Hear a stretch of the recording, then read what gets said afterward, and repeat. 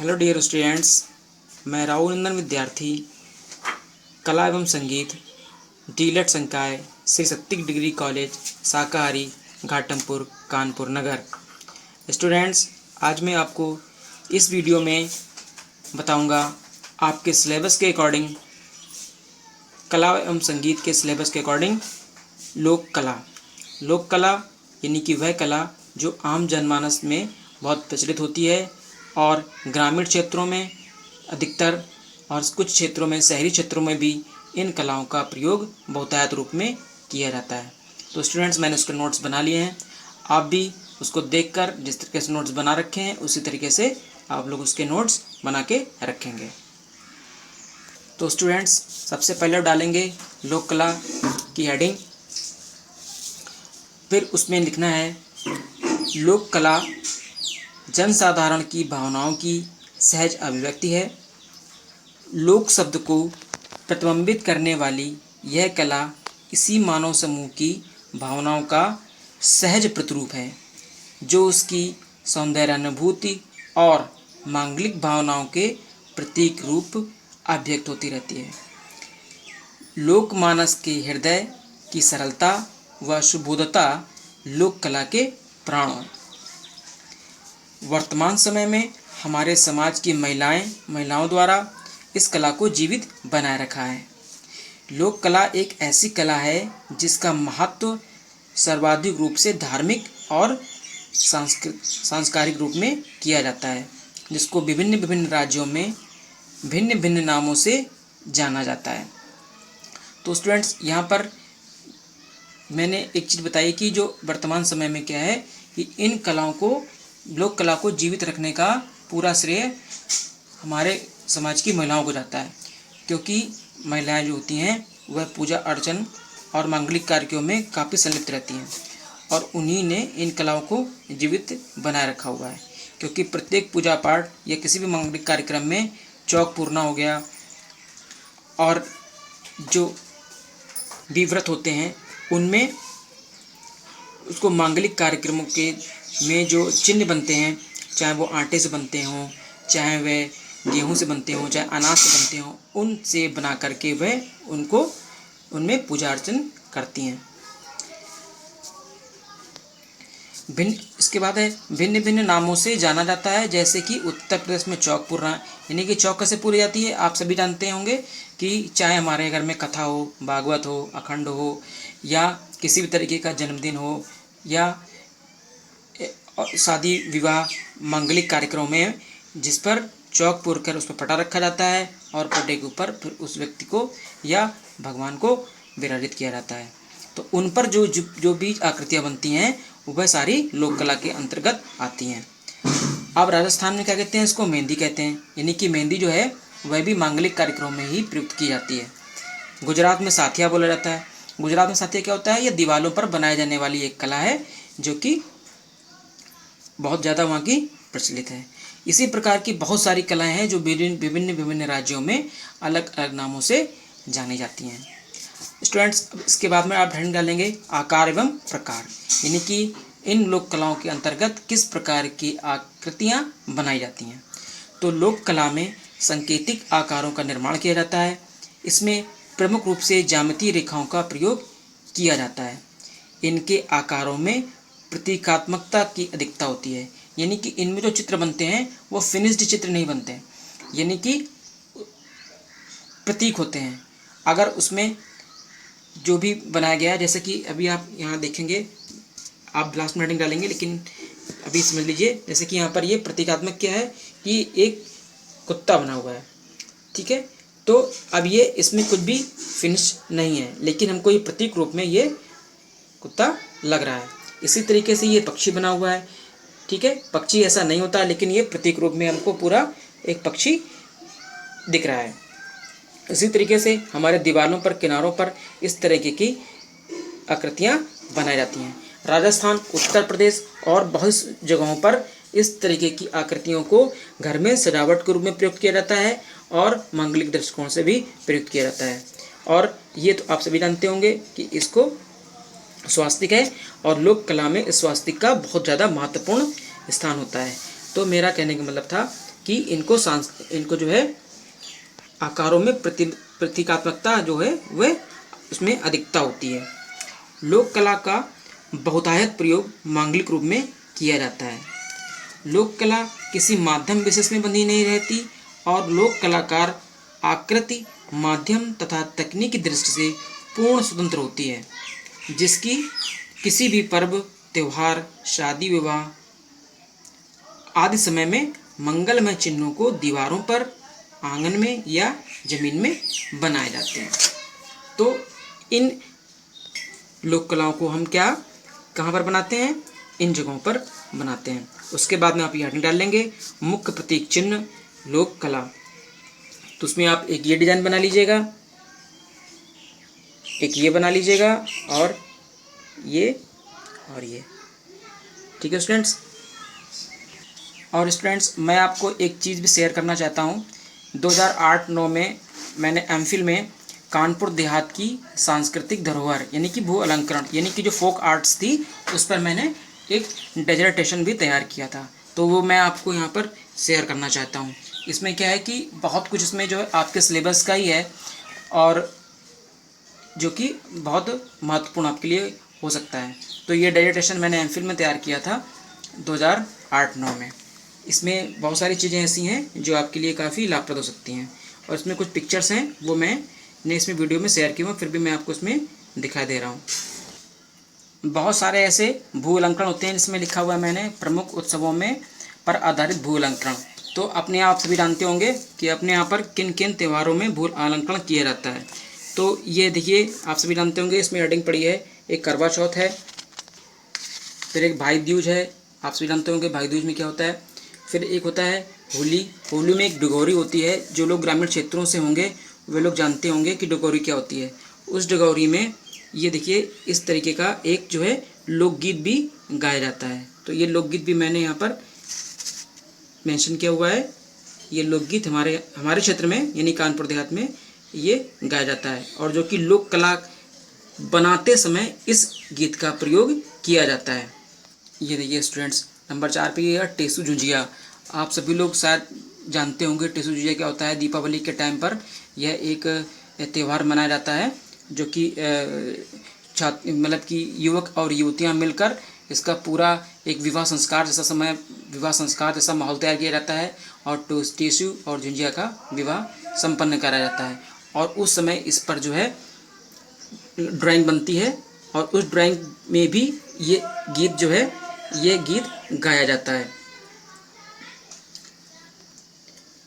इसके बाद ये स्टूडेंट देखिए, ये विवाह है।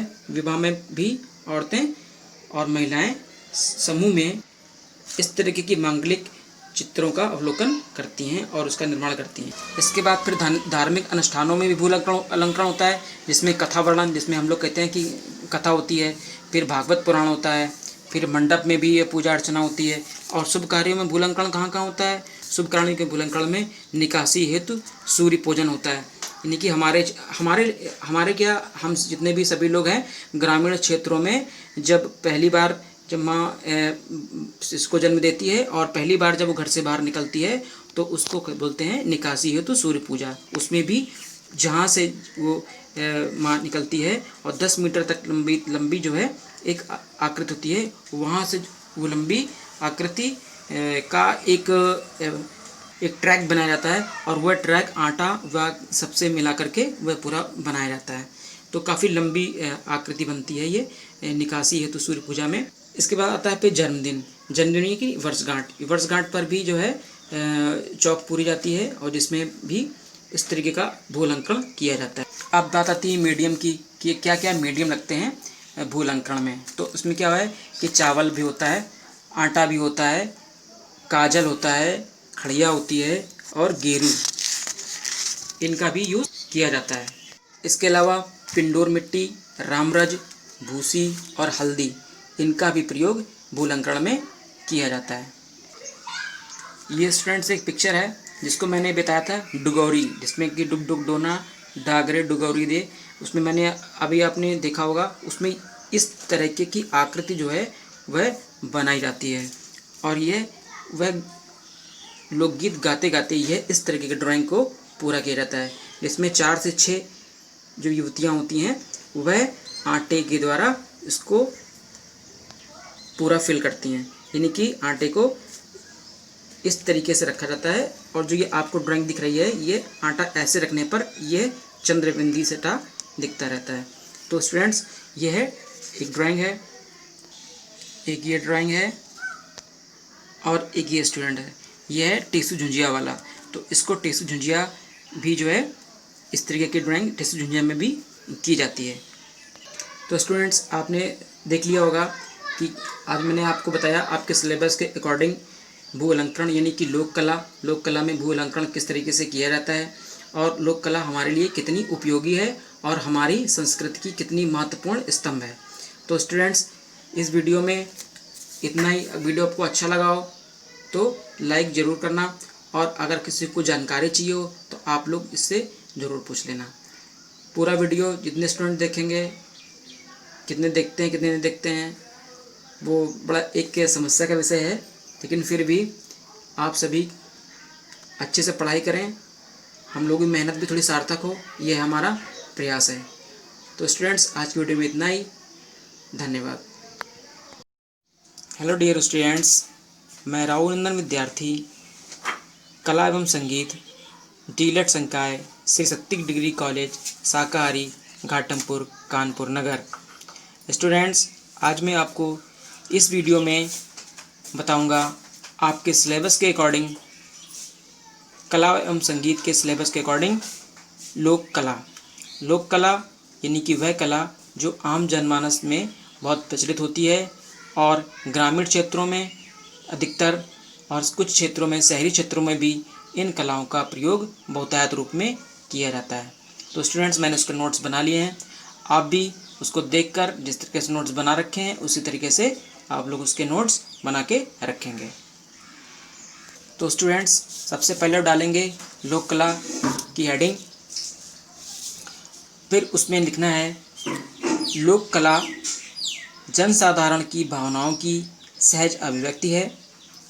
लोक शब्द को प्रतिबिंबित करने वाली यह कला इसी मानव समूह की भावनाओं का सहज प्रतिरूप है, जो उसकी सौंदर्यानुभूति और मांगलिक भावनाओं के प्रतीक रूप अभिव्यक्त होती रहती है।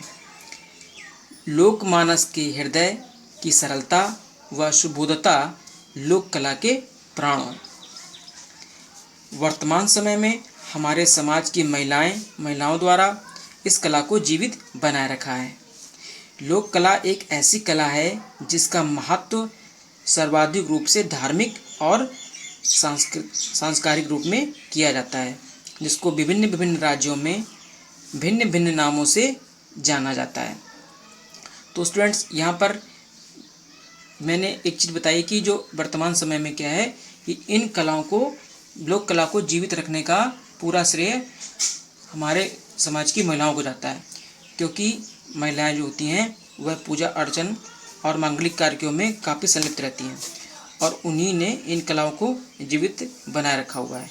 क्योंकि प्रत्येक पूजा पाठ या किसी भी मांगलिक कार्यक्रम में चौक पूर्णा हो गया, और जो भी व्रत होते हैं उनमें उसको मांगलिक कार्यक्रमों के में जो चिन्ह बनते हैं, चाहे वो आटे से बनते हों, चाहे वह गेहूं से बनते हों, चाहे अनाज से बनते हों, उनसे बना करके वह उनको उनमें पूजा अर्चन करती हैं।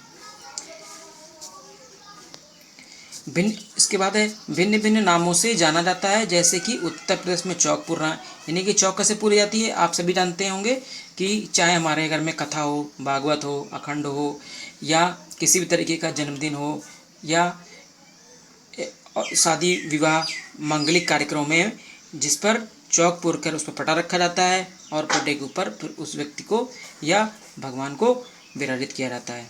तो उन पर जो भी आकृतियाँ बनती हैं वह सारी लोक कला के अंतर्गत आती हैं। अब राजस्थान में क्या कहते हैं, इसको मेहंदी कहते हैं, यानी कि मेहंदी जो है वह भी मांगलिक कार्यक्रमों में ही प्रयुक्त की जाती है। गुजरात में साथिया बोला जाता है। गुजरात में साथिया क्या होता है, यह दीवारों पर बनाई जाने वाली एक कला है जो कि बहुत ज़्यादा वहाँ की प्रचलित है। इसी प्रकार की बहुत सारी कलाएँ हैं जो विभिन्न राज्यों में अलग अलग नामों से जानी जाती हैं। स्टूडेंट्स, इसके बाद में आप हेडिंग डालेंगे आकार एवं प्रकार, यानी कि इन लोक कलाओं के अंतर्गत किस प्रकार की आकृतियाँ बनाई जाती हैं। तो लोक कला में सांकेतिक आकारों का निर्माण किया जाता है। इसमें प्रमुख रूप से ज्यामितीय रेखाओं का प्रयोग किया जाता है। इनके आकारों में प्रतीकात्मकता की अधिकता होती है, यानी कि इनमें जो चित्र बनते हैं वो फिनिश्ड चित्र नहीं बनते हैं, यानी कि प्रतीक होते हैं। अगर उसमें जो भी बनाया गया है, जैसे कि अभी आप यहाँ देखेंगे, आप लास्ट में हेडिंग डालेंगे, लेकिन अभी समझ लीजिए, जैसे कि यहाँ पर ये प्रतीकात्मक क्या है कि एक कुत्ता बना हुआ है, ठीक है। तो अब ये इसमें कुछ भी फिनिश नहीं है, लेकिन हमको ये प्रतीक रूप में ये कुत्ता लग रहा है। इसी तरीके से ये पक्षी बना हुआ है, ठीक है। पक्षी ऐसा नहीं होता, लेकिन ये प्रतीक रूप में हमको पूरा एक पक्षी दिख रहा है। इसी तरीके से हमारे दीवारों पर, किनारों पर इस तरीके की आकृतियाँ बनाई जाती हैं। राजस्थान, उत्तर प्रदेश और बहुत जगहों पर इस तरीके की आकृतियों को घर में सजावट के रूप में प्रयुक्त किया जाता है और मांगलिक दृष्टिकोण से भी प्रयुक्त किया जाता है। और ये तो आप सभी जानते होंगे कि इसको स्वास्तिक है, और लोक कला में इस स्वास्तिक का बहुत ज़्यादा महत्वपूर्ण स्थान होता है। तो मेरा कहने का मतलब था कि इनको जो है आकारों में प्रतीकात्मकता जो है वह उसमें अधिकता होती है। लोक कला का बहुतायत प्रयोग मांगलिक रूप में किया जाता है। लोक कला किसी माध्यम विशेष में बंधी नहीं रहती और लोक कलाकार आकृति, माध्यम तथा तकनीकी दृष्टि से पूर्ण स्वतंत्र होती है, जिसकी किसी भी पर्व, त्यौहार, शादी विवाह आदि समय में मंगलमय चिन्हों को दीवारों पर, आंगन में या जमीन में बनाए जाते हैं। तो इन लोक कलाओं को हम कहाँ पर बनाते हैं? इन जगहों पर बनाते हैं। उसके बाद में आप ये हेडिंग डाल लेंगे मुख्य प्रतीक चिन्ह लोक कला। तो उसमें आप एक ये डिजाइन बना लीजिएगा, एक ये बना लीजिएगा, और ये, ठीक है स्टूडेंट्स। और स्टूडेंट्स, मैं आपको एक चीज़ भी शेयर करना चाहता हूँ। 2008-9 में मैंने एमफिल में कानपुर देहात की सांस्कृतिक धरोहर यानी कि भू अलंकरण यानी कि जो फोक आर्ट्स थी उस पर मैंने एक डेजर्टेशन भी तैयार किया था। तो वो मैं आपको यहाँ पर शेयर करना चाहता हूँ। इसमें क्या है कि बहुत कुछ इसमें जो है आपके सिलेबस का ही है, और जो कि बहुत महत्वपूर्ण आपके लिए हो सकता है। तो ये डेजर्टेशन मैंने एमफिल में तैयार किया था 2008-9 में। इसमें बहुत सारी चीज़ें ऐसी हैं जो आपके लिए काफ़ी लाभप्रद हो सकती हैं, और इसमें कुछ पिक्चर्स हैं वो मैंने इसमें वीडियो में शेयर किए हुए, फिर भी मैं आपको इसमें दिखाई दे रहा हूँ। बहुत सारे ऐसे भू अलंकरण होते हैं जिसमें लिखा हुआ है मैंने प्रमुख उत्सवों में पर आधारित भू अलंकरण। तो अपने आप सभी जानते होंगे कि अपने यहाँ पर किन किन त्योहारों में भू अलंकरण किया जाता है। तो ये देखिए, आप सभी जानते होंगे, इसमें हेडिंग पड़ी है, एक करवा चौथ है, फिर एक भाई दूज है, आप सभी जानते होंगे भाई दूज में क्या होता है। फिर एक होता है होली। होली में एक डगोरी होती है, जो लोग ग्रामीण क्षेत्रों से होंगे वे लोग जानते होंगे कि डगोरी क्या होती है। उस डगोरी में ये देखिए इस तरीके का एक जो है लोकगीत भी गाया जाता है। तो ये लोकगीत भी मैंने यहाँ पर मेंशन किया हुआ है। ये लोकगीत हमारे क्षेत्र में यानी कानपुर देहात में ये गाया जाता है, और जो कि लोक कला बनाते समय इस गीत का प्रयोग किया जाता है। ये देखिए स्टूडेंट्स, नंबर 4 पे ये टेसू झुंझिया। आप सभी लोग शायद जानते होंगे टेसू झुंझिया क्या होता है। दीपावली के टाइम पर यह एक त्यौहार मनाया जाता है, जो कि मतलब कि युवक और युवतियां मिलकर इसका पूरा एक विवाह संस्कार जैसा माहौल तैयार किया जाता है, और टेसू और झुंझिया का विवाह संपन्न कराया जाता है। और उस समय इस पर जो है ड्राइंग बनती है, और उस ड्राइंग में भी ये गीत जो है ये गीत गाया जाता है। इसके बाद ये स्टूडेंट देखिए, ये विवाह है। विवाह में भी औरतें और महिलाएं समूह में इस तरीके की मांगलिक चित्रों का अवलोकन करती हैं और उसका निर्माण करती हैं। इसके बाद फिर धार्मिक अनुष्ठानों में भी भू अलंकरण होता है, जिसमें कथा वर्णन, जिसमें हम लोग कहते हैं कि कथा होती है। फिर भागवत पुराण होता है।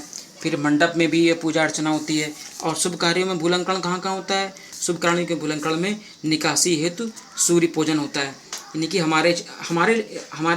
हम जितने भी सभी लोग हैं ग्रामीण क्षेत्रों में जब पहली बार जब माँ इसको जन्म देती है और पहली बार जब वो घर से बाहर निकलती है तो उसको बोलते हैं निकासी हेतु सूर्य पूजा। उसमें भी जहाँ से वो माँ निकलती है और 10 मीटर तक लंबी लंबी जो है एक आकृति होती है, वहाँ से वो लंबी आकृति का एक ट्रैक बनाया जाता है और वह ट्रैक आटा व सबसे मिला करके वह पूरा बनाया जाता है। तो काफ़ी लंबी आकृति बनती है ये निकासी हेतु सूर्य पूजा में। इसके बाद आता है फिर जन्मदिन। जन्मदिन की वर्षगांठ, वर्षगांठ पर भी जो है चौक पूरी जाती है और जिसमें भी इस तरीके का भू अलंकरण किया जाता है। अब बात आती है मीडियम की कि क्या क्या मीडियम लगते हैं भू अलंकरण में। तो उसमें क्या है कि चावल भी होता है, आटा भी होता है, काजल होता है, खड़िया होती है और गेरू, इनका भी यूज़ किया जाता है। इसके अलावा पिंडोर मिट्टी, रामरज, भूसी और हल्दी, इनका भी प्रयोग भू अलंकरण में किया जाता है। ये स्टूडेंट्स एक पिक्चर है जिसको मैंने बताया था डुगौरी, जिसमें कि डुग डुग डोना डागरे डुगौरी दे।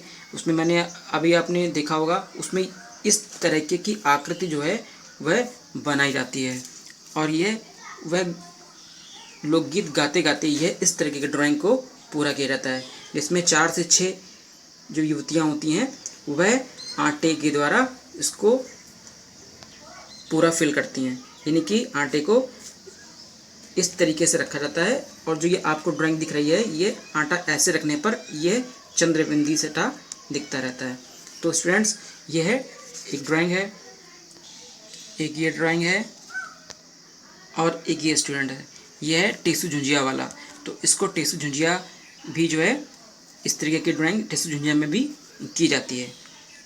तो स्टूडेंट्स, आपने देख लिया होगा कि आज मैंने आपको बताया आपके सिलेबस के अकॉर्डिंग भू अलंकरण यानी कि लोक कला में भू अलंकरण किस तरीके से किया जाता है और लोक कला हमारे लिए कितनी उपयोगी है और हमारी संस्कृति की कितनी महत्वपूर्ण स्तंभ है। तो स्टूडेंट्स, इस वीडियो में इतना ही। वीडियो आपको अच्छा लगा हो तो लाइक ज़रूर करना और अगर किसी को जानकारी चाहिए हो तो आप लोग इससे ज़रूर पूछ लेना। पूरा वीडियो जितने स्टूडेंट देखेंगे, कितने देखते हैं कितने नहीं देखते हैं, वो बड़ा एक समस्या का विषय है, लेकिन फिर भी आप सभी अच्छे से पढ़ाई करें, हम लोगों की मेहनत भी थोड़ी सार्थक हो, ये हमारा प्रयास है। तो स्टूडेंट्स, आज की वीडियो में इतना ही। धन्यवाद।